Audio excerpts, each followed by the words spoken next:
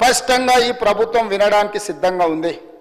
మీరు చేసే సూచనలలో ఏదైనా సహేతుకత కనిపించి నిజంగా తెలంగాణ రైతాంగానికి మేలు జరుగుతుందంటే ఈ ప్రభుత్వానికి భేషజాలు లేవు. అందుకే ఈ సభలో మీరెంత అల్లరి చేసినా, మీరెంత చిల్లరగా వ్యవహరించినా మేము ఓపికతో ఒక్క మాట అనకుంటే ఇక్కడ కూర్చొని మేము వింటా ఉన్నాం. మీరు రెచ్చగొట్టాలనే ప్రయత్నం చేస్తున్న మీ అసహనము, అధికారం కోల్పోయిన మీ వ్యవహారము సమాజం అంతా గమనిస్తుందని మేమేం అనలేదు అధ్యక్ష. సరే, మీరు చేసే విచిత్రమైన వ్యవహారాలు వీటన్నిటిని కూడా ప్రజలు నిశ్చితంగా గమనిస్తున్నారు.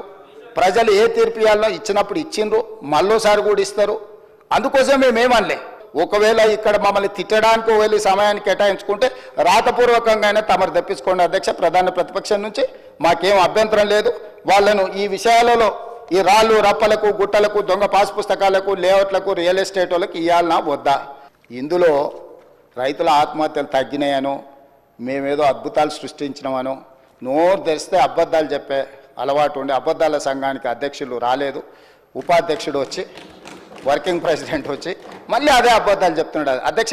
ఇందులో ఏముంది అధ్యక్ష? మొట్టమొదటి ఆంధ్రప్రదేశ్ ఇక ఘనత వహించిన 80,000 పుస్తకాలు చదివిన అపర మేధావి గారి నాయకత్వంలో తెలంగాణ రాష్ట్రం సాధించిన ఘనత ఎంత అంటే 2వ స్థానం అధ్యక్ష.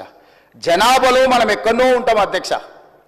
మనకంటే 5 అంతల జనాభా ఎక్కువ ఉన్న ఉత్తరప్రదేశ్ లాంటి వాటికంటే తెలంగాణ రాష్ట్రంలో 2014లో అధ్యక్ష 898 మంది రైతులు ఆత్మహత్య చేసుకున్నారు అధ్యక్ష.